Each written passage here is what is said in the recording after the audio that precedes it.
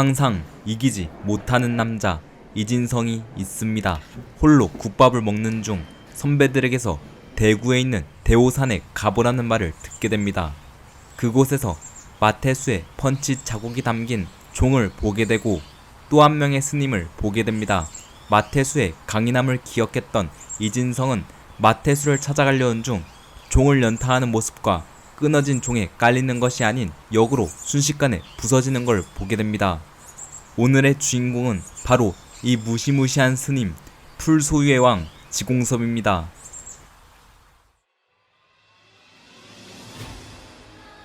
영세대는 낭만의 시대, 2세대는 크루의 시대. 그러나 낭만도 피도 눈물도 없는 잔혹한 세대가 있으니 1세대 서클의 시대입니다. 이런 1세대에서도 금성탐지라는 이명으로 이름을 날리며 대구의 왕이 된 남자가 있습니다. 때는 3년 전 육성지를 구하기 위해 천량에 오게 됩니다. 천량에서 마주한 것은 손가락이 잘리며 엉망이 된 육성지였습니다. 화를 참을 수 없던 그의 앞에 나타난 것은 영세대 MMA의 창시자 유광입니다. 유광과의 싸움에서 그래플링 기술에 밀리는가 싶지만 맷집의 경지를 익히게 되고 단 한 번의 카운터 기술로 승리하게 됩니다. 맷집이 워낙에 강조되었기에 속도를 뒤늦게 얻은 것으로 추정되었으나 속도를 먼저 얻고 맷집을 뒤늦게 얻었다는 걸 알 수 있습니다. 이지훈이 도망을 시도하자 앞을 막아서며 달아나는 이지훈을 따라잡으며 공격을 막는 모습까지 왕다운 모습을 보입니다. 그러나 이지훈을 놓치게 되며 이때를 후회하게 됩니다. 다시 돌아온 이지훈은 전과는 비교도 할 수 없게 강해져 있었고 단 한 번의 유효타를 입히지 못한 채 패하게 되는 잊을 수 없는 경험을 맞이합니다. 건물에 깔린 상처로 인해서인지 이지훈이 다리를 가져간 것인지는 밝혀지지 않았으나 그날의 일로 다리를 잃게 되는 수모를 겪게 됩니다. 많은 왕들은 자신의 후임에게 자신의 수련법과 기술을 전해주지만 지공섭만큼은 후임을 정해두지 않았기에 지공섭 카운터라는 기술이 역사 속으로 사라지는 걸 이지훈은 안타까워했습니다.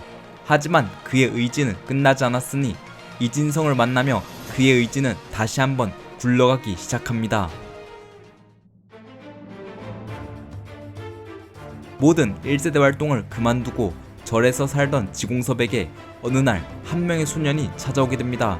강해지기 위해 자신을 찾아왔다고 하는 소년에게 강해지는 법 따위는 알려줄 생각 없이 굴리기만 했습니다. 하지만 소년은 마음의 진실을 토해내게 됩니다.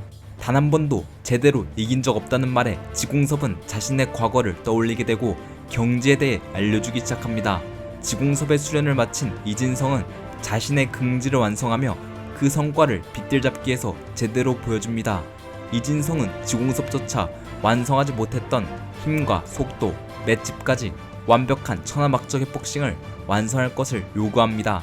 하지만 이지훈의 공격을 웃으며 막았던 지공섭과는 달리 막기 버거워 보이는 모습과 아직은 호흡을 더 가다듬어야 한다는 언급을 통해 전성기의 지공섭에는 확연히 못 미침을 알 수 있습니다. 과거 육성지가 죽임을 당했을 때의 고통도 잠시, 곧이어 충청의 왕 곽지창의 죽음을 당하며 더 이상 가만히 있는 것이 아닌 왕들도 움직일 것이 예고되었습니다. 3년 전 만났던 상대 유광을 이진성이 만남으로써 다시 한번 과거 해상을 통해 등장합니다. 복서는 그래플러에게 약하며 이는 맷집의 경지의 약점이 관절기란 사실을 알려줍니다. 하지만 지공섭은 이 약점을 극복했으니 그래플러에게 잡혔을 때 단 1cm의 틈만 있으면 리버블로라는 기술로 엄청난 위력을 낼 수 있는 것이었죠. 또한 자신만의 독자적인 수련법으로 이진성에게 속도의 경지를 알려줬음이 공개되었습니다. 수련법 자체만 본다면 소피아나 프레타에게도 밀리지 않을 정도로 고된 수련법입니다. 이진성이 성유한과 만날 때에도 회상을 통해 등장합니다. 성유한을 이기지 못할까봐 망설이는 이진성에게 현재를 살고 있는 지금에 충실하라는 조언을 토대로 지공섭 카운터라는 기술을 그대로 재현해 성유한을 쓰러뜨리며 이 기술은 역사 속으로 사라지지 않고 유전됨을 알 수 있습니다. 종건 잡기에서의 과거의 상 종건을 이진성이 이기고 싶어함을 말하는 대화로 등장합니다. 하지만 종건을 이기는 것은 무리였습니다. 대구라는 광역시 스케일의 왕인 만큼 첫 등장 순간에도 메이저 왕이라고 밝혀진 마테수와 비슷할 것이라는 의견이 줄을 이었습니다. 마테수는 단련된 힘과 부서지지 않는 맷집이 강조되었지만 소프트웨어의 부재가 문제였습니다. 그러나 지공섭은 복싱을 베이스로 한 소프트웨어의 맷집의 경지와 속도의 경지가 확인되면서 마테수보다 더 높은 평가를 받고 있습니다. 신세라 팀 중에 가장 강했던 유광과 매치된 것이 지공섭이었으며 이런 유광을 단 한 방의 카운터로 승리했습니다.